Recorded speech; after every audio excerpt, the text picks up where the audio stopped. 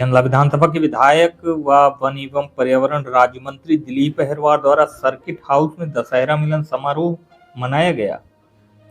कार्यक्रम के दौरान सुंदरकांड के पाठ के बाद शस्त्र पूजन व विधानसभा कार्यालय का संतों के द्वारा फीता काटकर शुभारंभ किया गया। वहीं मंच के माध्यम से कार्यक्रम में आए हजारों क्षेत्रीय लोगों का दशहरे की राम राम से अभिवादन किया। विधायक ने कहा कि चंदला में कार्यालय का शुभारंभ हो चुका है।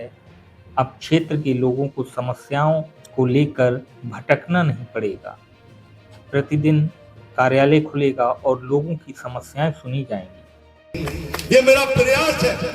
मेरा मकान भी बन रहा है, निवास भी मेरा यही बन रहा है। एक निवास तो ये हो गया, ये तो सरकारी निवास है। मेरा स्वयं का भी निवास यही बन रहा है। फिर थोड़ी समय के बाद फिर आपको और कोई दिक्कत नहीं होगी कि दिलीप अहिरवार कहाँ है। अभी भी कोई कार्यकर्ता कह नहीं सकता कि विधायक कहाँ है, क्योंकि मैं दिन रात यही घूमता हूँ। मैं यही प्रयास करता हूँ कि आप सब लोगों के बीच में करूँ। आज दशहरा मिलन के अवसर पर हम सबको एक साथ देखकर मुझे बड़ी प्रसन्नता हो रही है। ये हमारी परंपरा है। अब इस वक्त के बजाते हैं, पाकिस्तान का गाना गाते हैं। ऐसे लोगों के लिए अगर शस्त्र से न समझ में आए तो शास्त्र भी हमारे पास है और शस्त्र भी हमारे पास है। दोनों हमारे पास है। उनको संदेश देने का काम है कि हमारे हिंदू धर्म में, हमारे सनातन धर्म में कोई जहर घोलने का काम करेगा, कोई विघटनी काम करेगा तो हमारे पास शस्त्र ही अकेले नहीं है, शास्त्र भी है। मन लगता की है ना, शास्त्र है कि नहीं है? दोनों चीज है। ये संदेश देना भी हमें जरूरी है। हमें कार्यक्रम के माध्यम से चंदला विधानसभा में जो हमारी पुरानी संस्कृति है, कैसे हमारी पुरानी संस्कृति कार्यक्रम और भव्य हो। जैसे हमने दिवाली के बाद एक बड़ा कार्यक्रम का आयोजन किया है।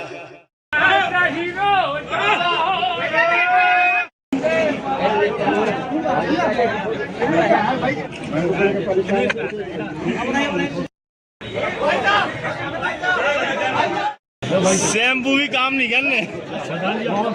आज दशहरा मिलन का कार्यक्रम रखा गया था और यही कार्यालय चंदला विधानसभा के कार्यालय का उद्घाटन भी हुआ है। जो चंदला विधानसभा के प्रत्येक व्यक्ति के लिए एक कार्यालय अब डेली खुलेगा। जो लोगों की समस्याएं होंगी, समस्या के माध्यम से जो चीज़ें उनकी आएंगी तो उनके समाधान करने का काम भी इस कार्यालय में होगा। और दशहरा मिलन के साथ साथ शस्त्र पूजन का भी कार्यक्रम हुआ है। जो हमारी बहुत प्राचीन काली परंपरा चली आई शस्त्र पूजन की, वो आज हम लोगों ने यहाँ शस्त्र पूजन भी किया। दशहरा भी मिले और सब लोग हम सामूहिक रूप से सभी लोग एक दूसरे को गुलाल लगा के गले मिलकर दशहरा मिलन का ये कार्यक्रम हुआ। निश्चित रूप से दशहरा मिलन कार्यक्रम में जो हमारे अच्छाई के बुराई के ऊपर अच्छाई और असत्य पर सत्य की जो विजय का ये पर्व है, आज हम लोगों ने भी उस पर बढ़िया एक दूसरे को गुलाल लगा के गले मिलकर क्षेत्रवासियों के साथ हमने ये कार्यक्रम है। चूंकि चंदला विधानसभा काफी बड़ा क्षेत्र है, यहाँ पर समस्याएं भी हैं, तो क्या जनता को किसी एक दिन या कोई ऐसे दिन निश्चित किए गए जिस दिन समस्याओं का जो विधानसभा कार्यालय खुला है वो डेली खुलेगा। सुबह से ही खुलेगा, 10 बजे से स्टार्ट होगा और शाम तक खुलेगा। और रात्रि में अगर भी कोई व्यक्ति आता है तो वहाँ भी रात्रि में भी रहने की व्यवस्था बना रहे हैं। और हमारा भी 2-3 दिन फिक्स रहेगा, क्योंकि हमें कैबिनेट भी जाना पड़ता है, भोपाल भी जाना पड़ता है।